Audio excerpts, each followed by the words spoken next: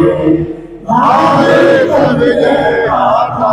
जय मंगल दायक जय हे भारत भाग्य विधाता जय हे जय हे जय हे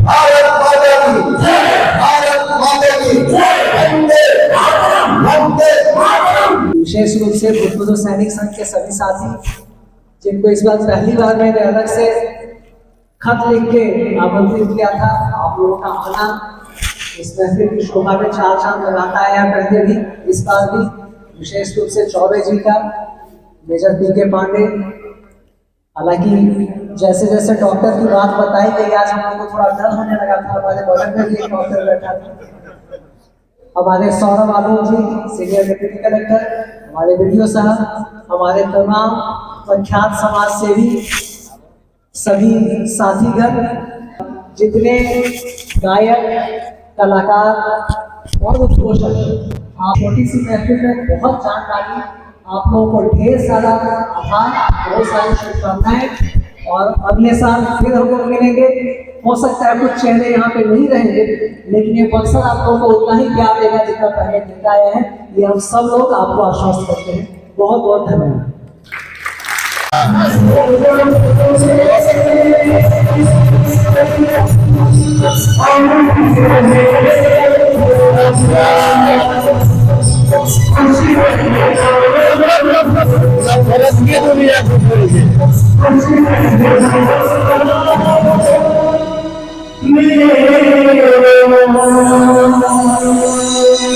एक बार उसके मन में बात आती है कि अब कहीं एक जगह स्थिर होकर इलाज किया जाए, कोई डिस्पेंसरी खोला जाए। अच्छा सा डिस्पेंसरी खोलता है, साइन बोर्ड लगाता है, एक्सप्रेस हॉस्पिटल, फी 500 रुपया, रोग नहीं ठीक होने पर 1000 वापस। फी 500 रुपया, रोग नहीं ठीक होने पर 1000 वापस। उसकी डिस्पेंसरी चल पड़ती है, लोगों को उल्टा पलटा तरीके से इलाज करने लगता है। उसी रास्ते से एक और बड़ा चालाक किस्म का आदमी गुजर रहा था, जिसका काम था बस कहीं से पैसा कमाना। जब उसकी नजर पड़ती है साइन बोर्ड पर, फी 500 रुपया, रोग नहीं ठीक होने पर 1000 वापस। अब उसके मन में लालच आता है, जाते हैं, कुछ उल्टा पलटा बीमारी बोलेंगे, पैसा कमाएंगे। घुस जाता है हॉस्पिटल में। वहां जाने के बाद डॉक्टर से कहता है, डॉक्टर साहब मेरे को अजीब गरीब बीमारी हो गई है, मैं कुछ खाता हूं ना, मेरे को स्वाद नहीं लगता। अभी आपके स्वाद वापस आ जाएगी, और नहीं आया तो साइन बोर्ड नहीं पढ़ा, 1000 वापस। ठीक है। डॉक्टर साहब नर्स को ऑर्डर देते हैं, नर्स 13 नंबर बॉक्स से 2 नंबर दवा निकाल कर लाओ, साहब को पिलाओ। जैसे ही नर्स दवा लेकर आती है, उसे पिलाती है, जोर से चिल्लाता है, ये क्या, मेरे को आपने पेट्रोल पिला दिया, मैं आपका कंप्लेन करूंगा। तो डॉक्टर साहब कहते हैं, आपको पेट्रोल का स्वाद पता है? बिल्कुल पता है। तो डॉक्टर साहब कहते हैं, देखा आपने, आपका स्वाद वापस आ गया ना, निकालिए 500 रुपया। वो 500 देता है और बड़े गुस्से में बाहर निकलता है। अब इस डॉक्टर से मेरे को 500 रुपया लौटाना है, कैसे लौटाना है, कैसे लौटाना है, सोचते रहता है। 2-4 दिनों के बाद फिर आता है, डॉक्टर साहब मेरे को फिर अजीबोगरीब बीमारी हो गई है, मुझे कुछ याद नहीं रहता, मेरी याददाश्त चली गई है। याद नहीं रहता? अभी आपकी याददाश्त वापस आ जाएगी। डॉक्टर साहब नर्स को फिर वही ऑर्डर देते हैं, नर्स 13 नंबर बॉक्स से 2 नंबर दवा निकाल कर लाओ, साहब को पिलाओ। वो जैसे ही सुनता है, क्या मेरे को फिर दवा, फिर आप पेट्रोल पिलाएंगे? आपको अच्छी तरह याद है पिछली बार हमने पेट्रोल पिलाया था, अच्छी तरह याद है पिछली बार आपने पेट्रोल पिलाया था। तो डॉक्टर साहब कहते हैं, देखा आपने, आपकी याददाश्त वापस आ गई ना, निकालिए 500 रुपया। तो फिर 500 रुपया देता है और बड़े गुस्से में बाहर निकलता है। अब इस डॉक्टर से मेरे को 1000 लौटाना है, कैसे लौटाना है, कैसे लौटाना है, सोचते रहता है। 2-4 दिनों के बाद फिर आता है, डॉक्टर साहब मैं बड़ी मुश्किल से आया हूँ आपके पास, मुझे कुछ दिखाई नहीं दे रहा, मेरी आंखों की रोशनी चली गई है। आपको कुछ दिखाई नहीं दे रहा? अभी आपकी रोशनी वापस आ जाएगी, बैठिए। डॉक्टर साहब अपने वाटर बोतल से 1 गिलास पानी निकाल कर देते हैं पीने के लिए, लो पी लो, रोशनी वापस आ जाएगी। वो पीता है, पीने के बाद, आपने मेरा इलाज नहीं किया, निकालिए 1000 रुपया। तो डॉक्टर साहब कहते हैं, आपको कुछ दिखाई नहीं दे रहा? ठीक है, लीजिए 1000 रुपया। डॉक्टर साहब 1000 बोलकर 500 रुपए का नोट निकालकर उसके हाथों में देते हैं। वो देखता है 500, आपने 1000 की बात नहीं थी, ठीक से देखो 1000 रुपए का नोट है, मैं देख रहा हूं 500 रुपए का नोट है। तो डॉक्टर साहब कहते हैं देखा आपने, आपकी रोशनी वापस आ गई ना, निकालिए 500 रुपया। तो ये तो बातें हैं सर। और अगर आपके इस टाउन हॉल की बातें करूं, आपके इस सदन की बातें करूं, यहाँ पे आने के बाद हमें एक बड़ी प्यारी सी घटना घटी हमारे साथ। आपके सदन में मैं आया, आने के बाद हमने एक बच्चे को बुलाया, हमने कहा बाबू यहाँ पे कोई चापाकल है, कोई चापाकल है? हाँ है ना, साइड में है। हमने कहा चलता है? नहीं नहीं चलता, एक जगह खड़ा रहता है। हमने कहा पानी पानी देता है? क्या बात करते हैं अंकल, दूसरा चापाकल क्या दूध देता है? बच्चे सब बहुत तेज हो गए आज के डेट में, सब 5G हो गए हैं। शिक्षक कहते हैं, अच्छा एक शिक्षक बच्चे से पूछते हैं बताओ समुद्र के बीचों बीच नींबू का पेड़ लगा हुआ है, तुझे नींबू तोड़कर लाना है, तू कैसे लाएगा? तो बच्चा कहता है चिड़िया बनकर उड़ते हुए जाएंगे, तोड़ कर ले आएंगे। चिड़िया बनकर उड़ते हुए जाएंगे, तोड़ कर ले आएंगे। अरे तुझे चिड़िया कौन बनाएगा, तेरा बाप? तो बच्चा कहता है समुद्र के बीच में नींबू का पेड़ कौन लगाएगा, आपका दादा? बच्चे शिक्षक फिर पूछते हैं अच्छा तुझे तैरना आता है? नहीं सर हमको तैरना नहीं आता है। तुमसे अच्छा तो वो कुत्ता है, खिड़की खोलकर अपने को बगल वाले तालाब में कैसे कुत्ता तैर रहा है। बच्चा कहता है सर जी आपको तैरना आता है? बिल्कुल आता है। नाले में तैरना आता है? सभी जगह आता है। सर तो आपको भी तैरना आता है, कुत्तों को तैरना आता है, आप और कुत्तों में फर्क क्या चीज है सर? शिक्षक दूसरे बच्चे को उठाते हैं, उठो बताओ इंसान और कुत्ता में क्या फर्क होता है, इंसान और कुत्ता में क्या फर्क होता है? तो वो लड़का कहता है इंसान और कुत्ता में फर्क सर, इंसान और कुत्ता में फर्क, इंसान और कुत्ता में ये फर्क होता है कुत्ते को एक बोतल पिला दो वो कभी इंसान नहीं बनेगा, लेकिन इंसान को अगर एक बोतल पिला दो तो फिर।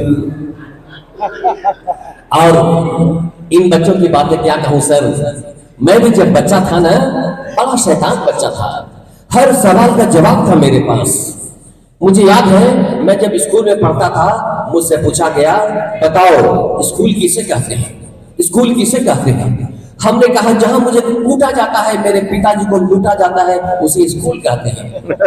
कहने लगे अच्छा ये बताओ महाभारत होने का कोई एक कारण बताओ, महाभारत होने का कोई एक कारण बताओ। किसी ने कहा द्रौपदी के कारण हुआ, किसी ने कहा युधिष्ठिर के कारण हुआ, किसी ने कहा अर्जुन के कारण हुआ। मतलब कोई भी सही जवाब नहीं दे सका क्योंकि मेरे जैसा कोई नहीं था ना। हमने सही जवाब दिया महाभारत इसलिए हुआ कि उस जमाने में पुलिस नहीं थी, उस जमाने में पुलिस नहीं थी। अगर पुलिस होती तो 10 व्यक्ति को कौरव दल से उठाती, 10 व्यक्ति को पांडव दल से उठाती, दोनों को थाने लेकर आती और कुछ ले देकर मामला रफा दफा कर देती। लेकिन सर महाभारत कुरुक्षेत्र हरियाणा में हुआ था, ये तो हरियाणा पुलिस की बात है। मेरे बिहार की पुलिस तो बहुत सीधी सादी पुलिस है, इतनी सीधी सादी पुलिस, इतनी सीधी सादी पुलिस कि जो बीजिए वही रख लेती है। पिछले 1 महीने पहले की बात है, मैं घर से बाहर गया, चौराहे पे मुझे पुलिस वालों ने रुकाया। रुको तुम्हारा चालान कटेगा, तूने हेलमेट नहीं पहना है। हमने कहा कितना कटेगा सर? 1000 रुपया। हमने कहा सर मेरे पास 200 रुपया है, लाओ। लेकिन फिर हमने कहा सर 200 रुपया तो हमने आपको दे दिया, अगले चौराहे में फिर पकड़ा जाऊंगा तो क्या करूंगा? कोई नहीं पकड़ेगा, पकड़ेगा तो बोल देना कैटरीना कैफ, कैटरीना कैफ। कोई नहीं पकड़ेगा, बोल देना कैटरीना कैफ। अगले चौराहे पे मुझे पुलिस वालों ने फिर रुकाया, रुको। हमने कहा कैटरीना कैफ जाओ। अगले चौराहे पे मुझे पुलिस वालों ने फिर रुकाया, मैंने कहा कैटरीना कैफ जाओ। तीसरे चौराहे में पुलिस वालों ने फिर रुकाया, मैंने कहा कैटरीना कैफ जाओ। इस तरह से कैटरीना कैफ के नाम पर मैं पूरा शहर घूमता रहा, कोई पकड़ने वाला नहीं था। अब मेरे को समझना था कि माजरा क्या है, मेरे को समझना था कि माजरा क्या है। दूसरे दिन जानबूझकर मैं हेलमेट घर में छोड़ कर गया। मुझे पुलिस वालों ने फिर रुकाया। मैंने कहा कैटरीना कैफ। पकड़ा गया ना। आज कैटरीना कैफ नहीं, आज का प्रियंका चोपड़ा है।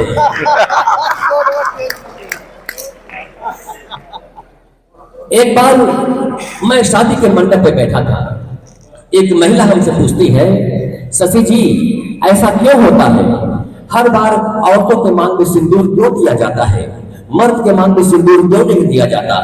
हमने कहा मैडम वो इसलिए कि अगर मर्द के मांग में सिंदूर दिया जाएगा तो दुनिया के सारे गंजे मर्द लोग कवारे रह जाएंगे। आप लोगों में जिनकी शादी नहीं हुई है, भगवान करे उनकी दो शादियां हो जाएं, और जिनकी शादी हो गई नहीं हुई है हो जाए। क्योंकि मैं शादी करके फंस गया हूं, मैं शादी करके फंस गया हूं। जब से मांग भरा हो, मांग भरने की सजा कुछ इस तरह पा रहा हो कि उनकी मांग पूरी करते करते अब तो मांग मांग के खा रहा हूं, मांग मांग के खा रहा हूं, मांग मांग के खा रहा हूं। और आइए सर, इन सबों से अलग एक बात जो कोई अनाउंसर नहीं बोलता होगा, एक अलग साहब ने बहुत सारी फिल्मों में काम किया, बहुत सारी फिल्मों में, इतनी सारी फिल्मों में, इस सारी फिल्मों के नामों को अगर आप एक जगह रख दें तो कहानी सी बन जाती है।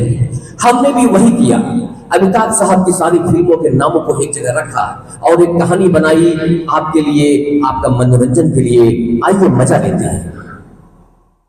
अमिताभ बच्चन जब रोटी कपड़ा और मकान की तलाश में निकला तो मर्द की तरह काला पत्थर तोड़कर, खून पसीना बहाकर नमक हलाल की कमाई खाने लगा।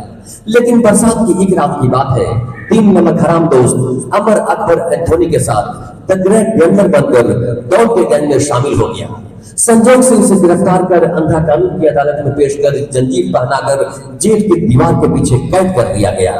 नसीब से वो जेल में कल्लू से कालिया बन गया और एक दिन जेल से जादूगर की तरह फरार हो गया और उसका चुपके चुपके हेरा फेरी का सिलसिला चलने लगा। एक दिन उसकी जमीन में इनकलाब जागी और मेहनत और खुददार के साथ आज का अर्जुन मेहनत और खुददार के साथ कुली का काम शुरू कर दिया। कभी कभी प्यार का कहानी पढ़कर आनंद लेता था।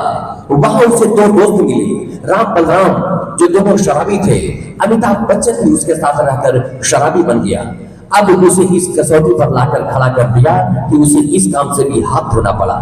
तब एक दिन उसकी आंखों में त्रिशूल की तरह शोले जागे और मेहनत और खुददार के साथ आज का अर्जुन और रात का शहंशाह बनकर शान से जीने लगा, जिसका खुदा गवाह है।